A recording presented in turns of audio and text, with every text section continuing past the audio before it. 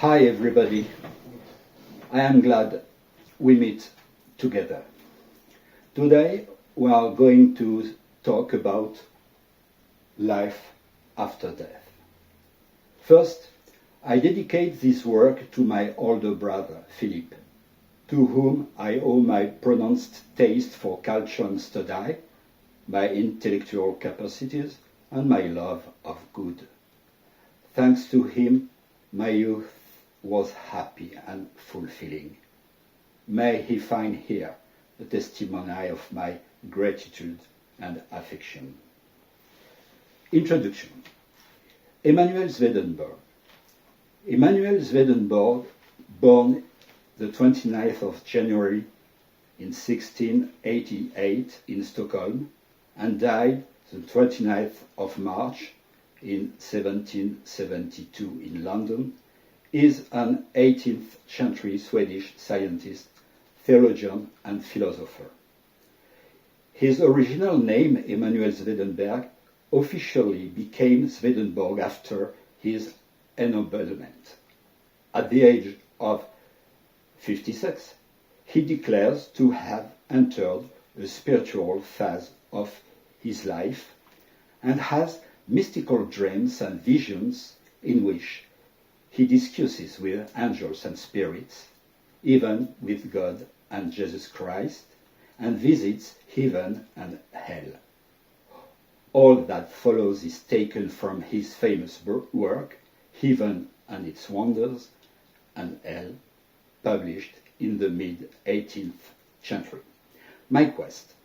At the age of 14, I began a quest to answer existential questions. I was baptized, made by solemn communion in the Catholic Church, and read the Bible. But many questions remained unanswered. I then became interested in Lamaist Buddhism, Taoism. I believed in reincarnation and karma. Then I turned away, probably because I felt this approach too self-centered. I then studied the great founding myths of our Western cultures, such as those of ancient Egypt, as well as those stemming from Greco-Roman cults and beliefs. Then I immersed myself in the study of the three great monotheistic religions, privileging the detailed reading of the Old and the New Testament and the Quran, then on the life of their respective prophets. I worked in Martinique in business with the local Jewish community, received for several weeks a Senegalese friend, Saliou, true ambassador of the Francophonie, and every day of his stay with me was for Saliou and me the opportunity to lively discussions where two cultures, Islam and Mahomet for Saliou, and Christianity and Jesus Christ for me, in fact clashed. Our mutual respect allowed us to enrich each other. However, in reading the Quran, as in reading the Bible, there are two possible readings, that of the letter and that of the spirit. As much as the literal approach opens up multiple avenues for interpretation and discord, reading through the intelligence of the heart can allow both sides a common understanding as well as friendly and fraternal relations. I have followed for years with interest and happiness Seventh-day Adventist communities as well as Jehovah's Witnesses. I was pleasantly surprised at the high level of understanding of the Bible by the latter. Then I plunged back into the study of the Bible to discover, at the age of 60, an element that had escaped me until then, and which is the extraordinary unity of construction of the 27 books of the Bible, which nevertheless covers a history of several thousand years and many authors as if there was only one. I was in shock and realized then that there could only be one author of this wonder: God. God having dictated to his elect his laws and recommendations and what he expected from each of us. Later, I had the chance to equip myself with an edition from the middle of the 17th century, a real treasure, entitled Le Combat Spirituel, or The Spiritual Fight, of which I read one or more chapters almost daily, and which brings me great comfort and a spiritual process illuminating my path like a beacon in the night, or even like the narrow path of love, dignity, and hope. Many trips and many encounters, sometimes with humans whose oral language we didn't share, in Egyptland, in Israel, in Greece, in Delphi, and in Italy, in Rome and in the Vatican, in the Caribbean, in Malta, the cradle of my ancestors, as well as in the Indian Ocean, or even in North America with Indian chiefs, made me understand that we are all raised directed towards the same source of light, heaven and Lord. My last questions were answered in Swedenborg's famous book. To this day, and for the first time in my life, I have no more questions, and I feel pushed by my friend Salut, and as if drawn in spite of myself towards the presentation of what will follow, of which an English language a French language version will soon follow. From a very young age, I have had the chance to live purely spiritual experiences, the teachings of which make me believe that all that follows is true. My goal in presenting this video is to help those who are just like me on a winning path, in search of truth and goodness, of knowledge of the Lord, of His boundless love, of preparation necessary for a successful passage through life after death, with the hope that the Lord will turn our face towards Him and that our eternal life will be as enriching as possible on the endless path of love, of intelligence and sharing. God and man. Who is the God of heaven?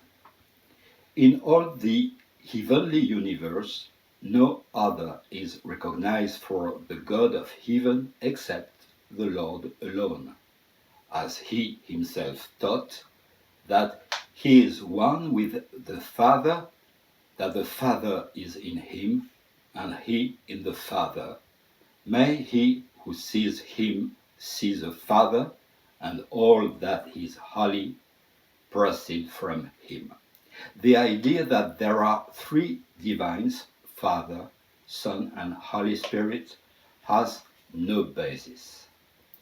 The life of man's will, which is the life of his love, refers to good. The life of his understanding, which is the life of his faith, refers to the truth. Man is nothing without the Lord.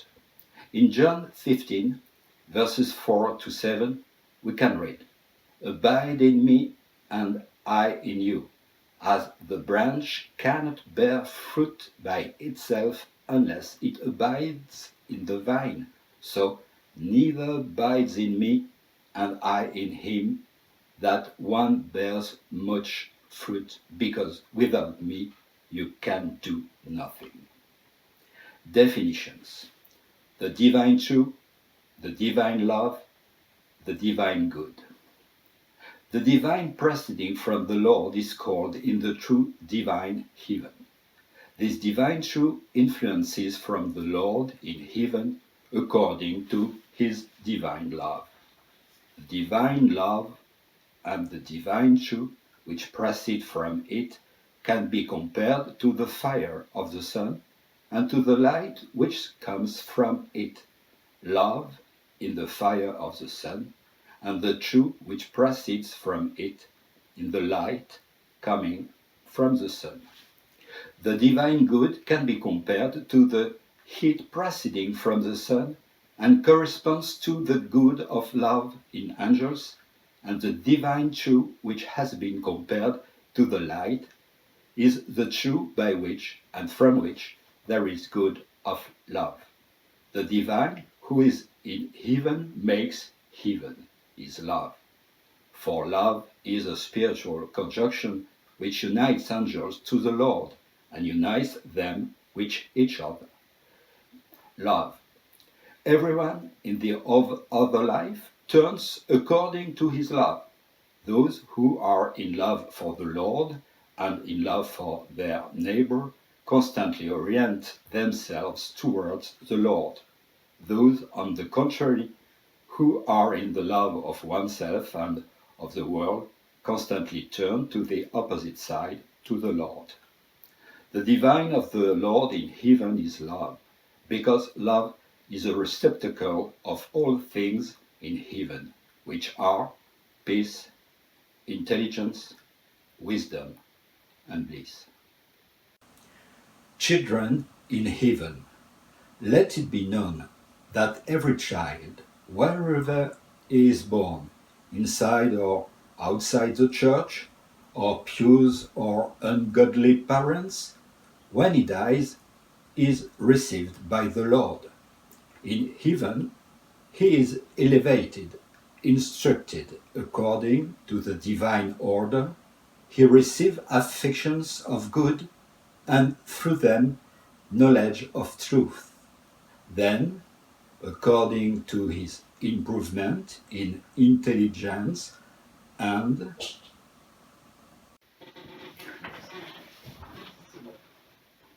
organization of heaven for our resurrection.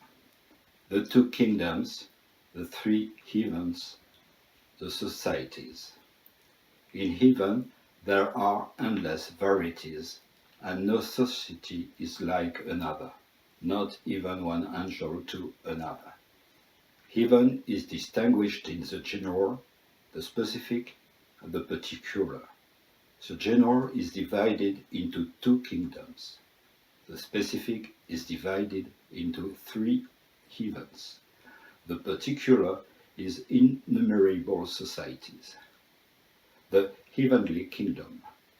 There are angels who receive the divine proceeding from the Lord more inwardly, and others who receive it less inwardly. Those who receive it more internally are called heavenly angels and form the heavenly kingdom.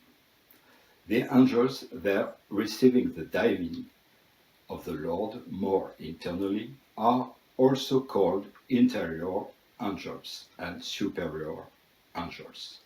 The love they are in is called heavenly love. The good they reflect is love for the Lord.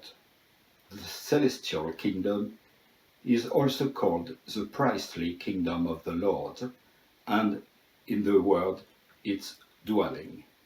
The angels in the Lord's heavenly kingdom excel in wisdom and glory. Being in love with Him, and therefore closer to Him, they are in great conjuncture with the Lord. Heavenly angels are such because they have received and receive the divine truths immediately in their life and not previously through memory and thought. They have the divine truths engraved in their hearts. They perceive them, see them, so to speak, in themselves, and never reason as to whether such a truth is or is not a truth. They are thus depicted in Jeremiah 31, verses 33 to 34. The spiritual kingdom, its name in the word, the throne of the Lord. This kingdom is characterized in good by charity towards the neighbor. There is a big difference between these two kingdoms, so they are not together and have no association with each other. Intermediate angelic societies. These celestial spiritual societies allow the celestial kingdom to influence the spiritual kingdom. Heaven, although it is divided into two kingdoms, nevertheless forms only one, because the Lord always provides to raise up such intermediary angels through whom communication and conjunction take place. The three heavens. There are three heavens which are very distinct from each other: the innermost, the middle, and the last. They are following one another and subsist between them, as in humans, the head, the body, the feet, or, as in a house, the upper part, the middle part, and the lower part. It is also in this order that the divine of the Lord proceeds and descends. It is therefore out of necessity of order that heaven is divided into three parts. For a man, everything depends on his life in the world according to the reception in him of the divine good and the divine truth from the Lord. What we take with us, internal and external. There is an internal and an external in each heaven. Those who are in the internal are called internal angels, and those who are in the external angels. The external and the internal in each heaven are there like the voluntary and the voluntary intellect in man. The voluntaire can be compared to the flame and the intellect of the voluntaire in the light that comes from the flame. You should know that the interiors of angels mean that they are in one heaven or another. The 3 degrees of interiors. In every angel, every spirit, every man, there are 3 degrees. Those in whom the 3rd degree has been opened are in intimate heaven. Those in which the 2nd degree has been opened are in the middle heaven, and those in whom there has been only the capacity to receive the good through affection for the true. The interiors being opened according to the capacity of reception of the good by the affection of the true. Reception capacities. Those who are affected by the divine truths and who immediately admit them into their life, that is to say, in their will and in their actions, are in intimate heaven. Those who do not admit them immediately in the will, but first in the memory and then in the understanding, and who after that want and do these divine truths, are in the middle heaven. Those who live a moral life and believe in the divine, but who do not care about being educated, are in the last heaven. We can thus see that the states of the interiors make heaven, and that heaven is inside and not outside of each one. This is what the Lord teaches in Luke 17, verse 21. It will not be said, "He is here," or "He is there." Indeed, the kingdom of God is among you. Towards perfection. All perfection grows inward and decreases outward, because the interiors are closer to the divine and purer in themselves, and the exteriors further from the divine and coarser in themselves. Angelic perfection and bliss consist in intelligence, wisdom, love, and the good. The 3 heavens are one, the angels of one. Heaven cannot associate with the angels of another heaven. However, the Lord unites the heavens by the immediate and mediated influx. The immediate influx emanates from him on all heavens. The mediated influx from one heaven to the other. By this means, the three heavens becomes one. All are in an uninterrupted sequence from the first to the last, to such an extent that nothing can exist without a connection, for what is not linked with its previous through the intermediaries does not subsist. It dissipates and becomes null. Indeed, all things exist from anterior to oneself, as well from a prime, and subsist in the same way, because sustenance is a perpetual existence, and that is why nothing exists without such a chain. The intimate. In each angel and each man, there is an intimate or supreme degree, in which the divine Lord influences and according to which he arranges the other interiors, which come according to the degrees of order in the angel or in man. This intimate or supreme can be called the entrance of the Lord into the angel and into man, his very domicile with them. It is by this intimate that man is man, and that he is distinguished from animals, and unlike them he can, through all the interiors which belong to his intellectual mind and to his natural mind, be lifted up by the Lord to the Lord himself, believe in him, love him, and thus see him. He can also receive intelligence and wisdom, speak from reason, and also live forever. Countless companies. The heavens consist in innumerable societies. The angels of each heaven are not together in the same place, those who are in a similar good form a society, and the difference between these goods constitutes the distances which separate one society from another.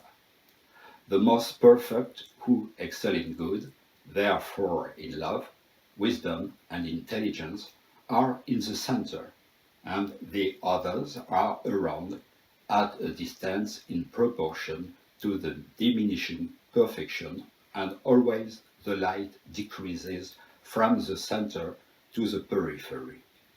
It is not the angels themselves who form these societies, but the Lord, from whom all good comes.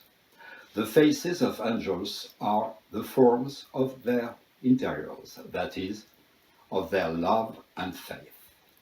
These societies communicate with each other through the extension of the sphere that proceeds from the life of each.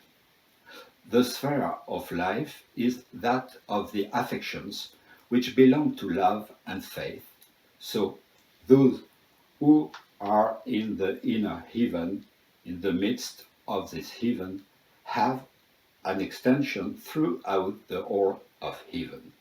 Thereby, there exists a communication of all the angels of heaven with each one, and of each one with all. Each society is heaven in a smaller form, and each angel in the smaller form. John 15, verse 2, there are many mansions in my Father's house. The Lord, heaven, and man. When the Lord appears in the midst of angels, it is in angelic form, which is why he is called an angel in the word, and an entire society is also called an angel.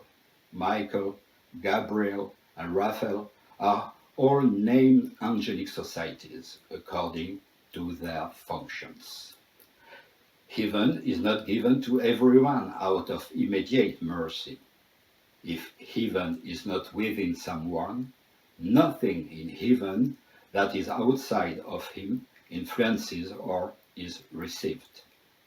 Heaven is inside and not outside of everyone. So, many spirits who are in this state of mind are, because of their faith, transported to heaven. But when they are there, as their inner life is opposite to the life in which the angels are, they begin to be intellectually blinded because of their evil will. They are tormented and behave like fools. They suffocate like fools, fish out of the water. The one who has heaven within him has not only the heaven in its maxima or common, but also in its minima or singulars, and the minima represent in image the maxima. Each being his love is such as his reigning love. What reigns influences everything, arranges it, and introduces its resemblance everywhere. The man. Man is man, not according to earthly and material things, but by the faculty of understanding the true and of wanting the good in his consists the spiritual and the celestial, which make man. Such is the understanding and the will, such is man. The body. The body was formed to be of service to this understanding and this will in the world, and to fulfill uses on the earth suitably for them. The body does nothing on its own, but acts with complete submission according to the mind and the will. The intellect and the will speak and act, and not the body. It is they which make man. These two faculties are in human form because they act in the smallest part of the body, just as the internal acts in the external. Thus, according to these faculties, a man is called an internal and spiritual man. Heaven is such a man in the greatest and most perfect form. Children in heaven, let it be known that every child, wherever he is born, inside or outside the church, or pious or ungodly parents, when he dies, is received by the Lord. In heaven, he is elevated, instructed according to the divine order. He receives affections of good, and through them knowledge of truth. Then, according to his improvement in intelligence and wisdom, he is introduced into heaven and becomes an angel. From reason one can know that no one is created for hell, but all men are born for heaven. If either of them goes to hell, it's all their fault, and the kid can't be at fault yet. Children who die are also children in the next life, with the same childishness, the same innocence in ignorance, the same delicacy in everything. They are only learning to become angels, for children are not angels, but become. Anyone who comes out of the world is in a state of life similar to the one he left, whether he is a little child, adolescent, grown up, or old man, but then his state is changed. However, the condition of children surpasses that of others because they are in innocence, and the evil that comes from active living has not yet taken root in them. Now, innocence is such that all the things of heaven can be implanted there, for the reason that innocence is the receptacle of the truth of faith and the good of love.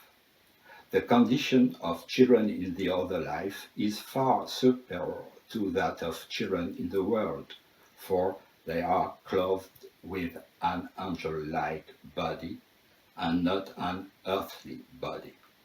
They can move and talk like angels, first from general elements that have not yet been distinguished into ideas or thoughts.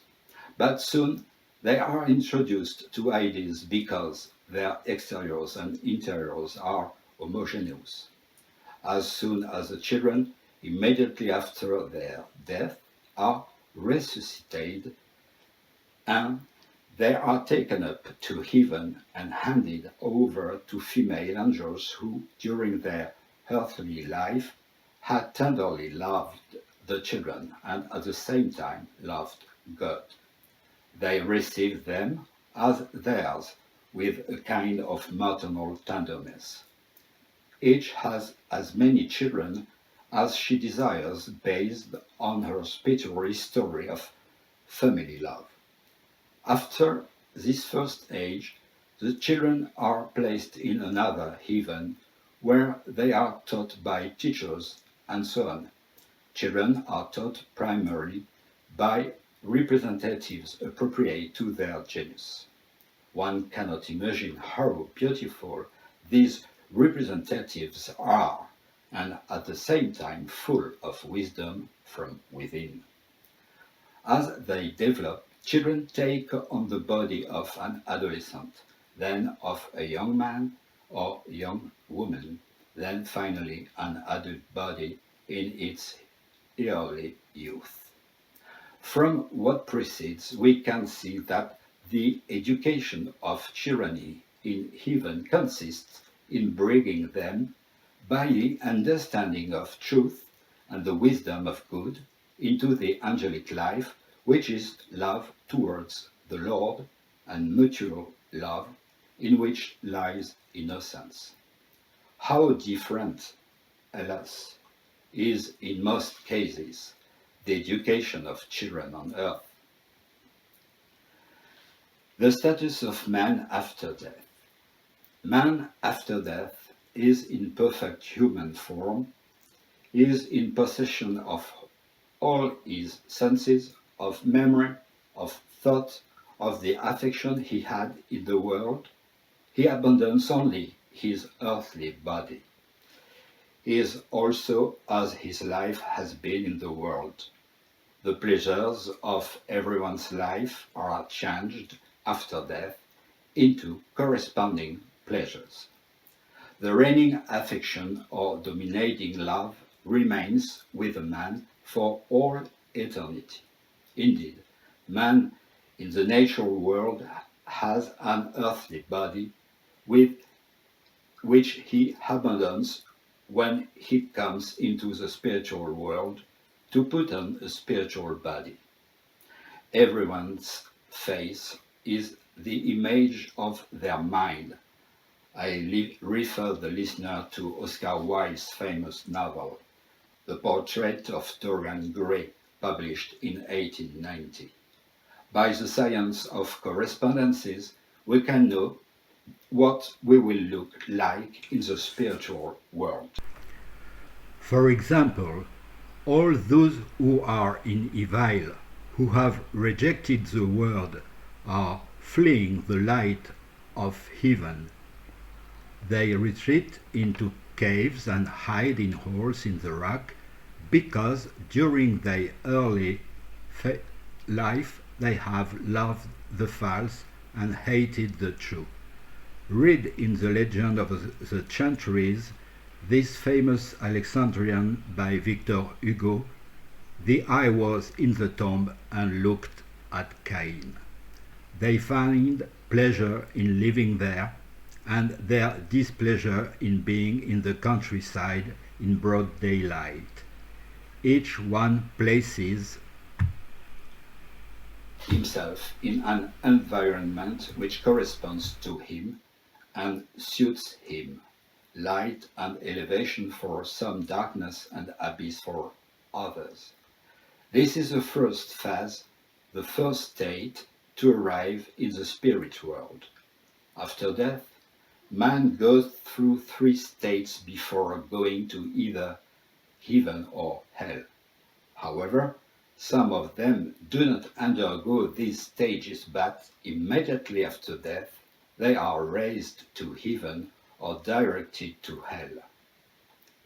For example, those who have been regenerated and therefore prepared for heaven in the world are immediately raised to heaven because, having been regenerated and prepared in such a way that they only need to reject the natural defilements with the body, they are immediately carried by the angels in heaven.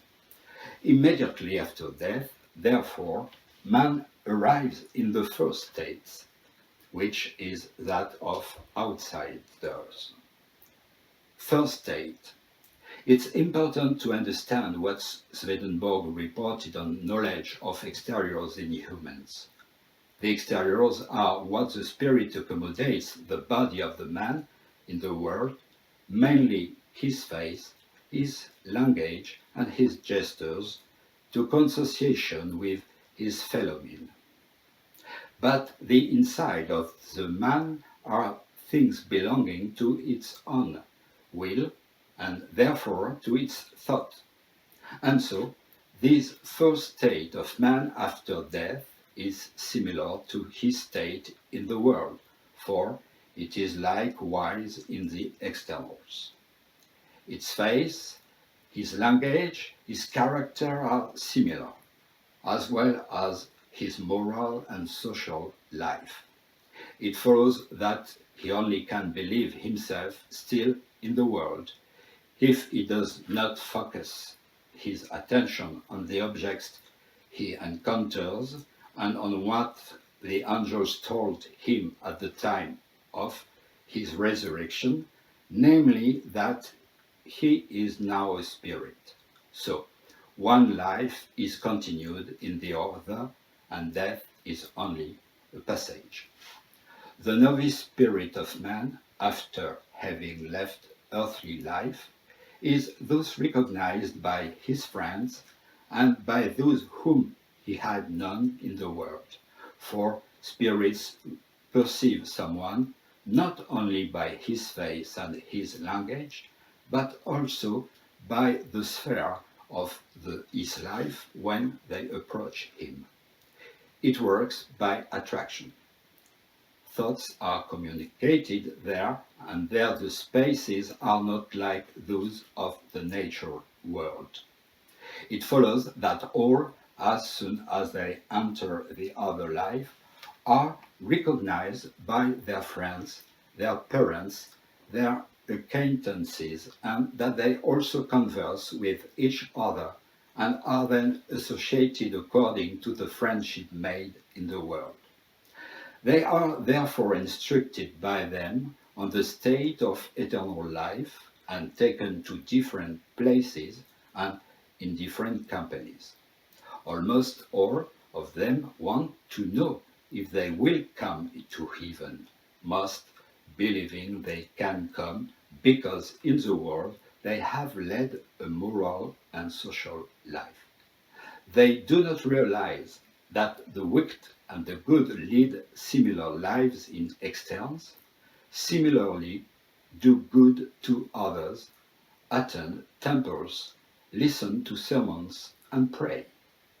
They are absolutely unaware that the external acts and the external ones of the cult do nothing, but only the internal ones from which the external ones come do something. Even less do they know that external acts are such as intentions and thoughts, and that in intentions and thoughts there is love and faith, that makes them exist. When educated, they do not understand that thinking and wanting do something, but according to them, it's mostly talking and acting that does it. What mainly distinguishes evil spirits from good spirits is the eagerness with which they focus their attention of what is said of outsiders who are the truths and the good of heaven. They listen to them, but their attention is joyless. They can also be recognized because they frequently turn to certain regions and take the paths that lead to them when left on their own. From the regions we turn to and the paths we follow, we recognize the love that leads. All the spirits that come from the world have been linked, it is true, to some society in heaven or to some society in hell, but only as to the interiors. But the interiors do not manifest themselves to anyone as long as the spirits are in the exteriors, because the external ones cover and hide the internal ones, especially among those who are in the internal evil. But in the sequel, the interiors manifestly appear in second stage minds, because then their interiors are open and their exteriors are asleep. Note that the first state of man after death lasts a few days, a few months, and rarely more than a year. It's different for everyone according to the concordance or discordance of the interiors with the exteriors. Indeed, in everyone, the exteriors and interiors must be one and correspond. No one is allowed to think and want in one way and speak and act in another. This is why the exteriors of the mind are first unveiled and brought back in order to serve as a plan corresponding to the interiors. Second state. The second state of man after death is called the state of the interiors, because man is put in the interiors, which belong to his mind or to his will and thought, and the exteriors in which he had been during his first state are dozing off. Man, by creation, is so constituted that the inner thought is one with the outer thought by correspondence. It is thus with those who are in good, for they think and speak only good, but in those who are in evil, the inner thought is not one with the outer thought, for they think evil and speak good. The order is then reversed, for the good is outside and the bad inside. Thus, evil dominates over good and keeps them in subjection like a slave, so that it may serve as a means for the wicked to achieve ends which belong to their love. Note that we need to clarify what it means by will and thought in humans. By the will are also understood affection and love, then all pleasure and all voluptuousness belonging to them.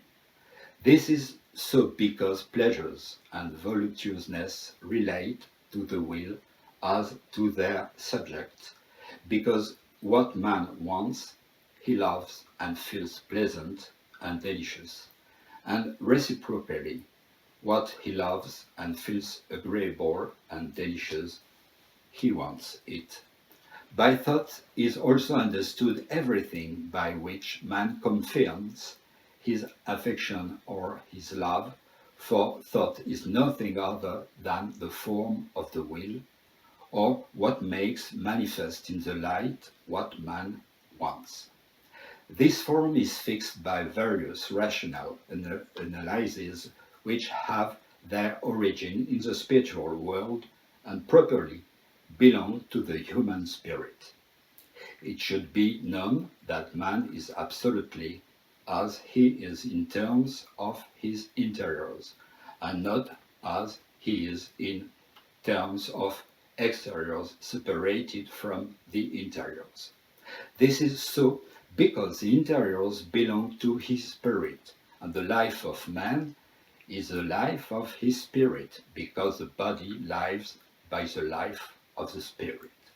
So, this is why such is man, as to his interiors, such he remains for eternity.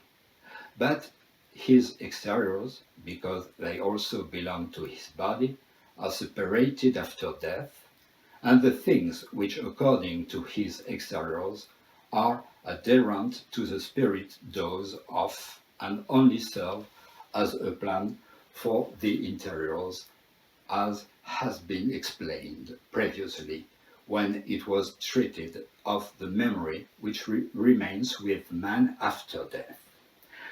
We see by this which are the things that are proper to man and which are not.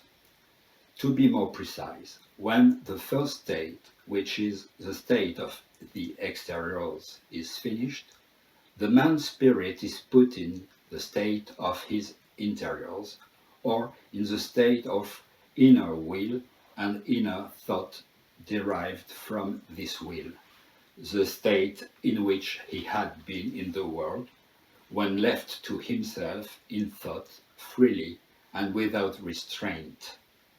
In contrast, one can perceive in several ways that the state of exteriors in which man first comes after death is not his own state. Thus, we see that spirits not only think but also speak from their affection, for their language proceeds from affection. When the mind is in the state of its interiors, it acts on its own and clearly shows what a man he has been in the world. He who in the world has been inwardly good then acts rationally and wisely, and even more wisely than in the world, because he has been freed from the good which attached him to the body and consequently to earthly things, which produced darkness and interposed a kind of cloud. On the contrary, he who in the world has immersed himself exclusively in the world then acts stupidly and madly, and even more madly than in the world, because he is in freedom and nothing is holding him back. Indeed, on earth, he was sane in the outsiders and through them simulated the rational man, but when the outsiders are taken away from him, his follies are exposed. The wicked, who in the exteriors presents the appearance of a good man, can be compared to an outwardly clean and shiny vessel, closed with a lid, in which is hidden garbage of all kinds. To him apply this word of the Lord: you are like whitewashed sepulchres, which appear beautiful on the outside, and which on the inside are full of the bones of the dead and of every kind of impurity. Matthew 23, verse 27. When spirits are in this second state, they appear as they have been inside the world. All the things they have done and said in secret are made public, because then the outsiders no longer hold them back. They openly say and do similar things without fear, as in the world of losing their reputation. They are even then placed in several states of their evils in order to appear to angels and good spirits as they are. So, the hidden things are uncovered and the secret things are revealed. According to the words of the Lord, there is nothing hidden which shall not be discovered, nor secret which shall not be known. That is why what you say in the darkness will be heard in the light, and what you say in the chambers will be preached on the rooftops. Luke 12, verses 2 and 3. And elsewhere, I tell you, on the day of judgment, men will give an account of every word they have spoken. Matthew 12, verse 36. When evil spirits are in the second state, they rush into all kinds of evils, so they are frequently and severely punished. There are different penalties in the spirit world, where a person's rank in the world no longer matters, whether he or she was a king or a beggar. All evil carries with it its pain, for evil and pain are conjoined. He therefore who is in evil is also in the penalty of evil. However, no one is punished there for the evils done in the world, but one is punished for the evils done then. They are punished because in this state the fear of punishment is the only way to tame evils. The exhortation no longer has any force. Instruction, the fear of the law, that of losing one's reputation, can do nothing, since the mind acts according to its nature, which can only be replaced and broken by punishments. Good spirits, on the contrary, are never punished, although they have caused evils in the world, for their evils do not return. Indeed, their evils will have been of a different kind and of a different nature, because they did not act deliberately against the truth or with an evil heart. Everyone comes to the society in which his spirit was already when he lived in the world, for the spirit of man is conjoined with some society, or hellish for the wicked, or heavenly for the good. Each, after death, returns to his society. The mind is led there gradually to finally enter it. Third state. This third state after death is that of the instruction of those who come to heaven to become angels, but not to those who go to hell, since they cannot be educated. Their second state for them is also the third. For them, everything is over because they have been turned towards their love, thus towards the infernal society, which is in a similar love. When this has been done, they think and want according to this love, and since this love is hellish, they only want evil and only think evil. They find there their pleasures, which are the pleasures of their love. Therefore, they reject all good and all true adopted before, because they had used it as a means of their love. The good, on the contrary, are led from the second state into the third, which is that of their preparation for heaven by instruction. Indeed, no one can be prepared for heaven by knowledge of good and truth, therefore by instruction. Without it, no one can know the spiritual good and the true, nor the evil and the false, which are its opposites. Man is in heaven when he recognizes the divine and at the same time acts righteously and sincerely because it is commanded in the word. So he lives righteously and sincerely because of the divine and not because of himself and the world as ends. But no one can do this without being educated. Then he should know what there is, a God, a heaven, hell, and a life after the death, that we must love God above all things, the neighbor as oneself, and believe everything in the world because it is divine.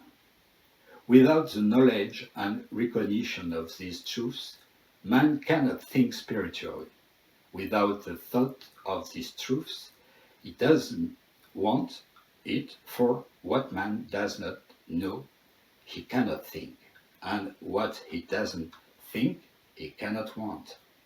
When man wants these truths, heaven influences, that is to say, through heaven, the Lord influences in the life of man, for he influences in the will, and through the will in the mind, and by both in life, for all human life comes from will and thought. No one can be prepared for heaven except by means of instruction. As the Lord influences someone's life, he instructs them, for he inflames the will to know the true and enlightened thoughts so that man may know them. Instructions are made by angels from several societies. There is an extremely precise mapping of the different places where man, after death, can live his eternity. Let us only know that these many mansions belong to the same house, that of the Lord, and that, on the other hand, there is a permanent, perfect balance of the forces present. This presentation expresses what is general and common to every man regarding his journey after death. However, you should know that there are an infinite number of ways of life, that is to say, as many as there are men, because each man is unique, and the course given to him is completely divine mercy. No one comes to heaven out of immediate mercy. So let's not wait for indulgence or pampering. Everyone is placed in front of themselves without possible evasion and places themselves in the place that suits them. However, divine mercy is pure mercy towards all mankind to save it. It's constant in all, never withdrawing from anyone. So, all who can be saved are saved, but they can only be saved by divine means which have been revealed by the Lord in the world. These divine means are called true divines. They teach how man must live in order to be saved.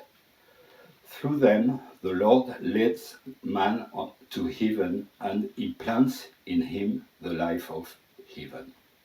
The Lord does it for everyone, but he cannot do it unless man refrains from evil, for evil stands in the way.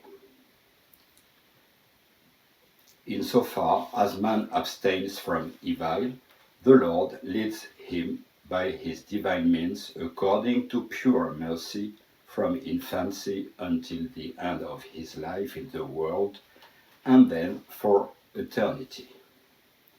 The life that leads to heaven. Moral and civic life is spiritual life in action, because good will belongs to spiritual life and doing well to moral and civic life. The laws of spiritual life, civic and moral life are taught in the precepts of the Decalogue. The first three contain the laws of spiritual life, the next four the laws of civic life, and the last three the laws of moral life.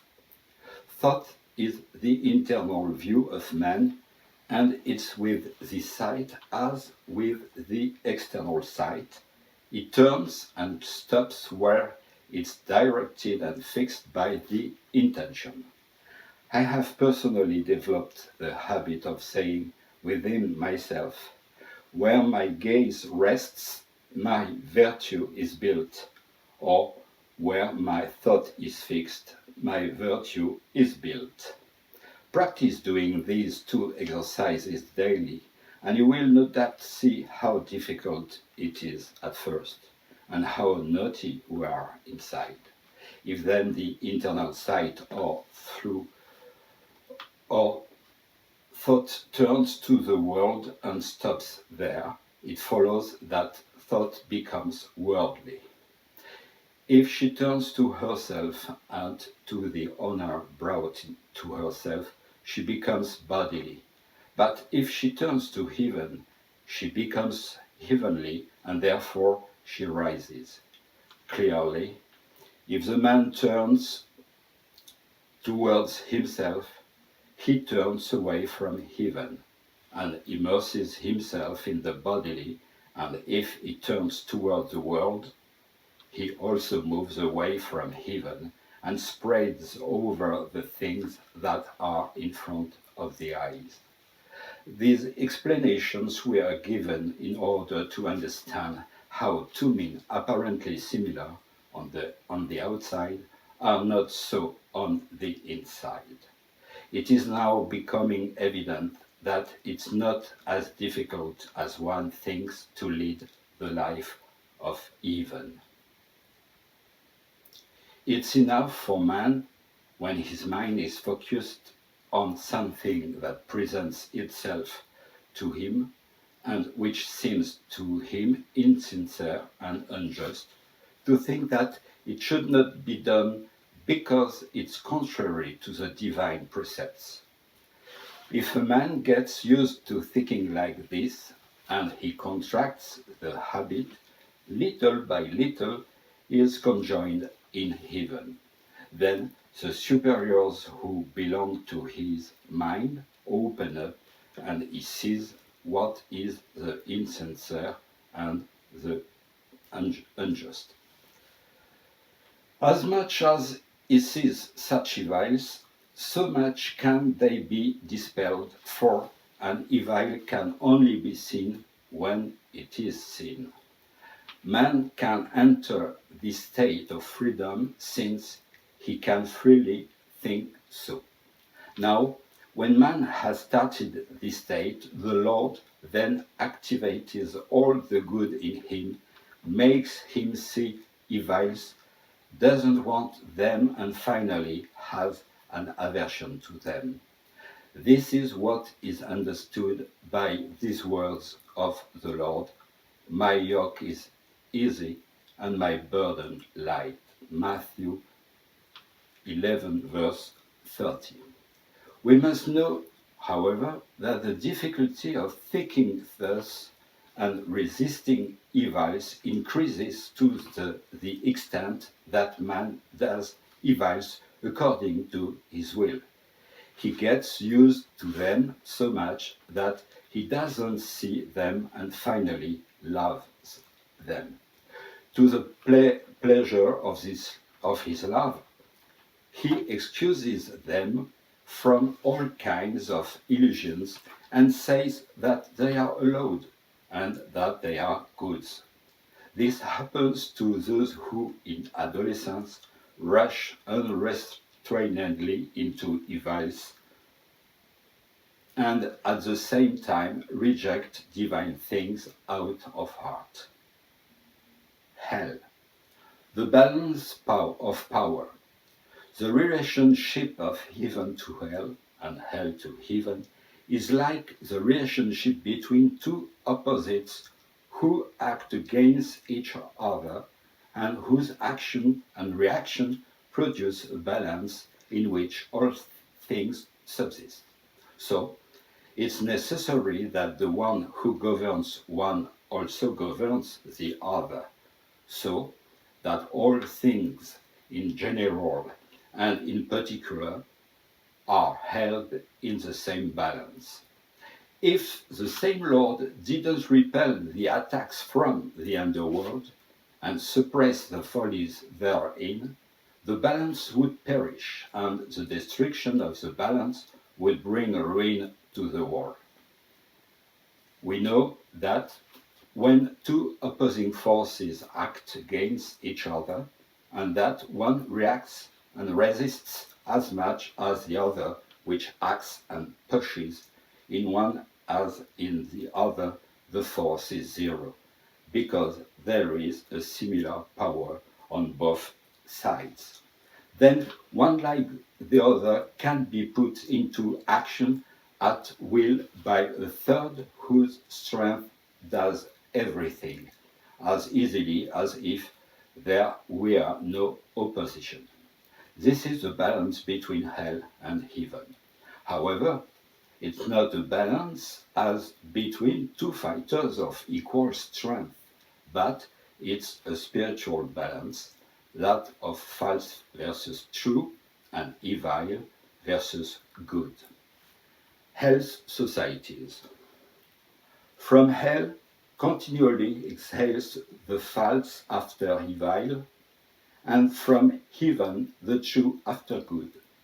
The realm of false after evil, emanating from hell, is like a continual effort to destroy all good and all true, combined with anger and a kind of fury that not being able to achieve it. This effort tending above all to annihilate and destroy the divine of the Lord, because it's from him that all good and all true proceed. The realm of after good represses the fury of effort rising out of hell, the repression of which equilibrium results. This sphere, emanating from heaven, proceeds from the Lord alone, although it appears to proceed from angels in heaven, not from angels, because every angel in heaven recognizes that no good or no true comes from himself, but that everything comes from the Lord. Hell, like heaven, is made up of societies. Each society in heaven has an opposing society in hell, so that the balance is maintained. Societies in hell are distinguished according to the evils and therefore according to the false ones. We can know that there is an evil opposed to each good and a false opposite to each true, because there is nothing unrelated to an opposite, and that from the opposite we know the quality of a thing and the degree to which it is. From this results all perception and all sensation. This is why the Lord continually provides that every society in heaven has its opposite in a society in hell, and that there is a balance between them. As hell has as many societies as heaven, there are as many hells as there are celestial societies. For each society in heaven is a heaven in a smaller form, and each society in hell is a hell in a smaller shape. As there are three heavens, there are three hells. The lower one is opposed to the intimate or third heaven. The middle one is opposed to the middle or second heaven, and the upper one to the last or first heaven. This is how the underworld is ruled by the Lord. They are in the common by a common influx of the divine good and the divine truth from the heavens, whereby the common effort pouring out from the underworld is moderated and repressed, and also by a special influx from each heaven and each society in heaven. The underworld is governed in the particular by angels, to whom it's given to look into the underworld and to suppress its follies and tumults. Sometimes even angels are sent there, and by their presence they appear then. The devil, Satan, Lucifer. It has been believed until now in the world that there is a devil at the head of the underworld, that this devil was created an angel of light, and that after becoming a rebel, he was cast into hell with his troops. This belief comes from the word where it's spoken of the devil, Satan, and also Lucifer. In these passages, the word has been understood according to the meaning of the letter, while that by devil and Satan is understood hell. The devil represents the deepest hell, where the most wicked are called evil geniuses.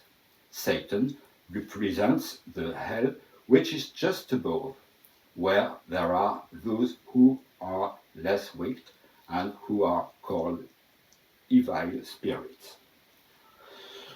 Lucifer represents those who are in Babel or Babylonia and who extend their dominions to the limits of heaven. It's common knowledge that no devil has subdued the underworld, because all who are in the underworld, as well as all who are in heaven, come from mankind. There are milliards of milliards in the underworld from the beginning of creation to this day, and each of them is a devil in as much as he has been opposed to the divine in the world. Now, man, in this life, prepares his eternity. The Lord doesn't throw anyone into hell, but the Spirit rushes there on its own. Some people believe that God turns his face away from man, throws him away from him, throws him into hell, and gets angry with him because of evil. Others go even further, believing that God punishes man and harms him. They confirm this opinion from the literal meaning of the word, where there are similar expressions, not knowing that the spiritual meaning of the word, which explains the meaning of the word, is quite different. They ignore that the actual doctrine of the Church, which comes from the spiritual sense of the word, teaches that God never turns his face from man, doesn't reject him, never throws anyone into hell, and does not put himself never angry. If the Lord turned away from man and left him to evil alone, man would no longer be man. From this, it becomes clear that the Lord influences through the good in every man, in the wicked as in the good, but with the difference that he continually turns the wicked man away from evil, and continually he leads the good man to good. The cause of such a difference is in man because he is a receptacle.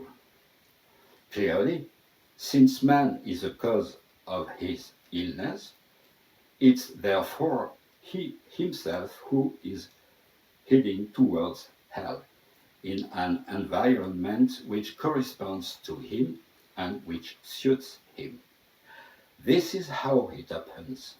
When man enters the other life, he is first received by angels who render him all possible services, speak to him of the Lord, of heaven, of the angelic life, and instruct him in the real and in the good.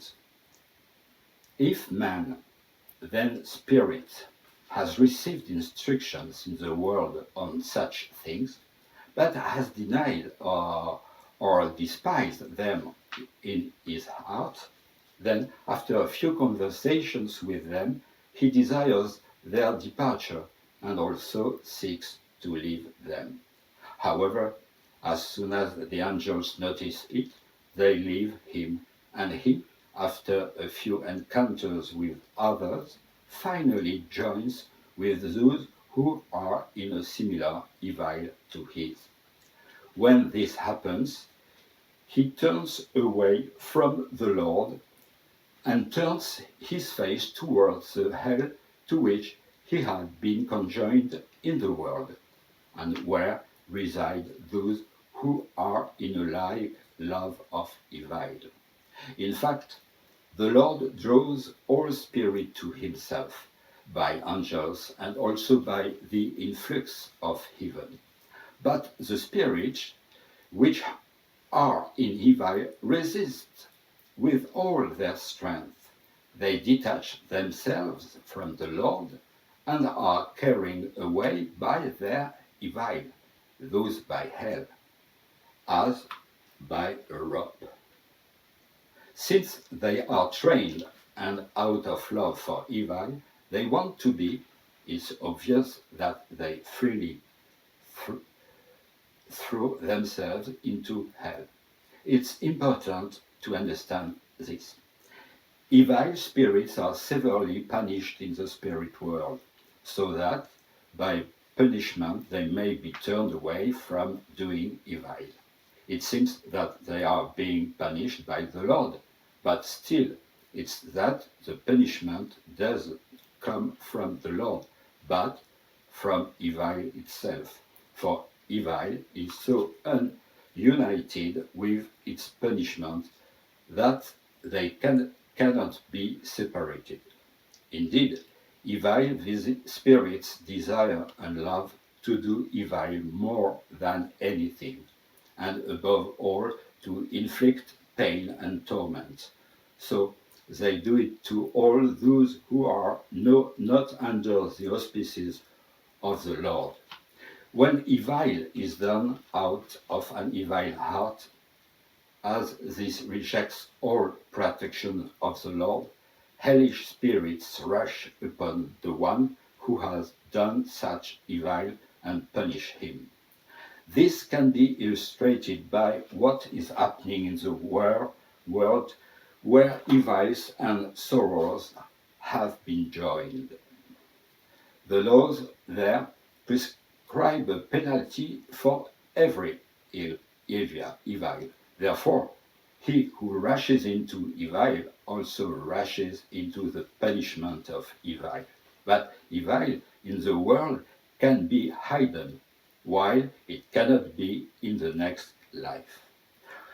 From this we can see that the Lord doesn't harm anyone, and that it's in the next life as in the world, where the king, the judge, and the law are not the cause of the punishment of the culprit, because they are not the cause of the evil committed by the wrongdoer.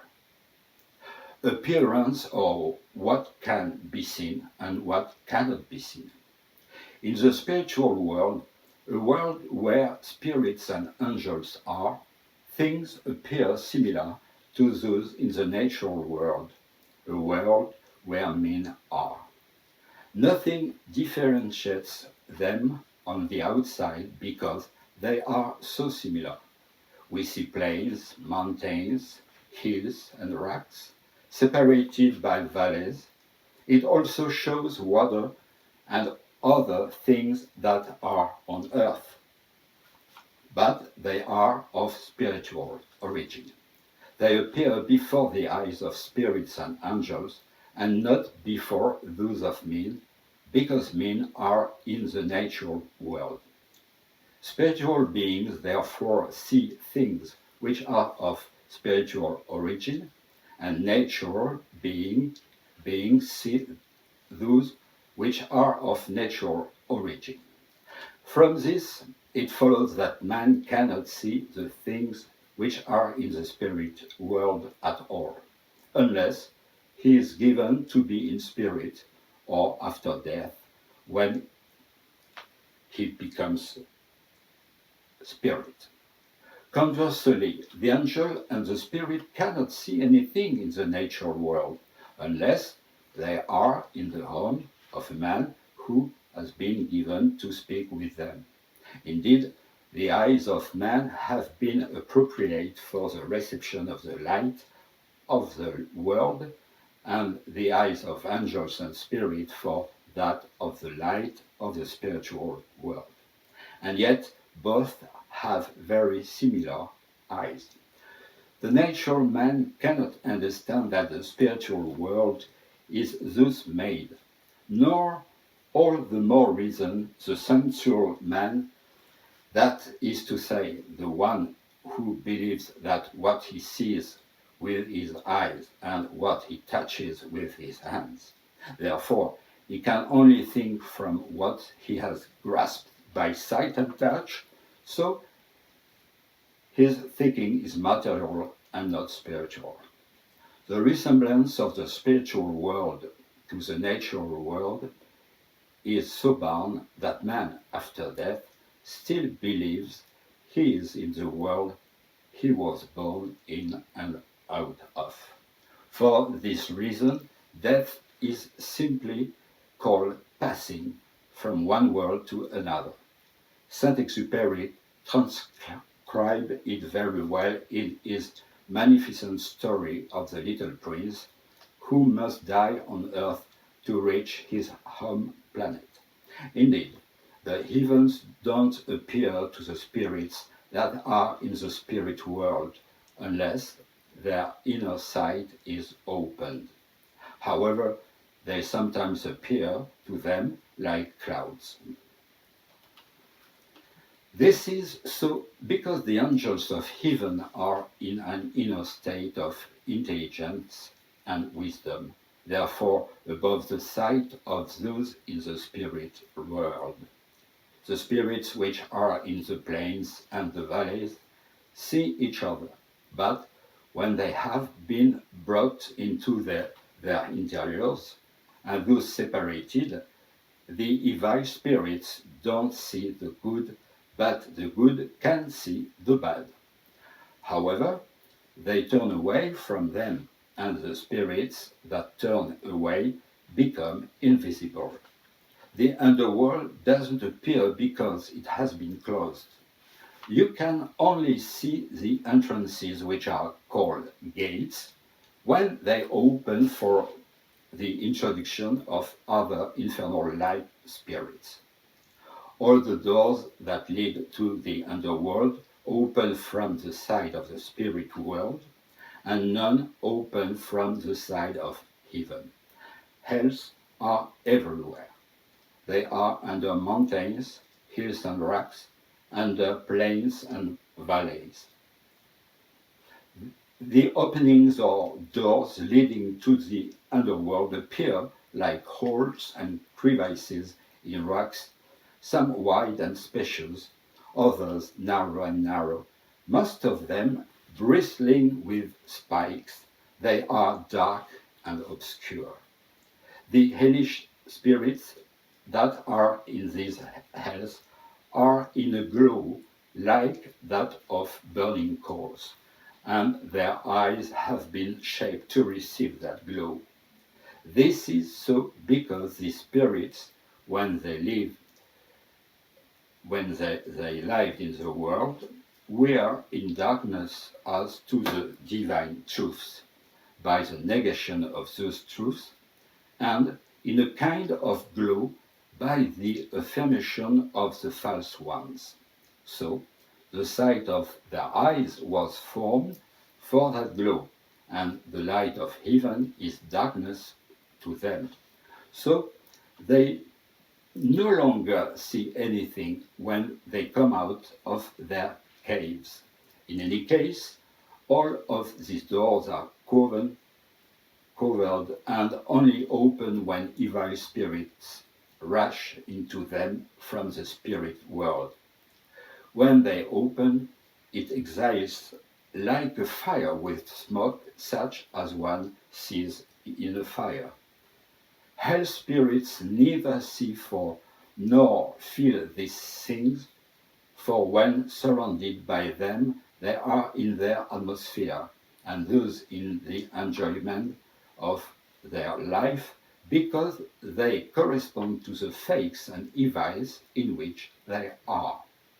The fire corresponds to hatred and vengeance, smoke and soot to scythes according to the hatred and ardor of their vengeance, the flame to the evils of self-love, the cloud and the thick cloud to false that come from these evils.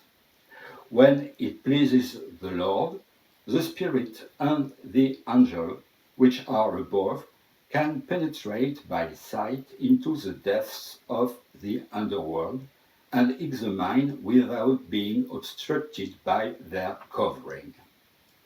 In conclusion, watch therefore, for you do not know the day or the hour.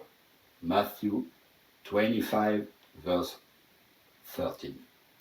The things that have been said in this treatise on heaven, the spirit world, and hell will be obscure to those who are not in the pleasure of knowing the true spirituals. They will be more understandable for those who are in this pleasure, especially for those who are in the affection of the true for the true. That is to say, who love the true because it is the true one. All that is loved enters with light into the ideas of the mind, mainly when it's the truth that is loved, because all that is true is the light. I thank you very much.